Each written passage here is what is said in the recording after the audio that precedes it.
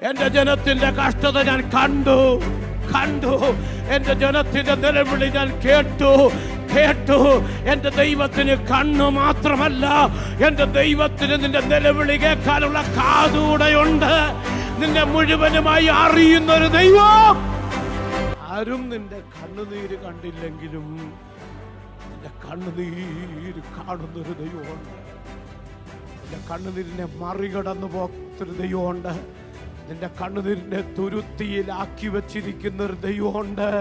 രാത്രിയുടെ യാമങ്ങളെ നീ കണ്ണുനീരിൽ നേരം വെളുപ്പിക്കുമ്പോൾ അവൻ അടുത്ത ദിവസം എന്തായി തീരുമെന്ന് നീ വ്യാകുലപ്പെടുമ്പോൾ എന്റെ ദൈവം പറയുന്നു, ഭയപ്പെടേണ്ട, ഞാൻ നിന്റെ കൂടുണ്ട്. ഞാൻ നിന്നെ അനാഥനായി വിടത്തില്ല.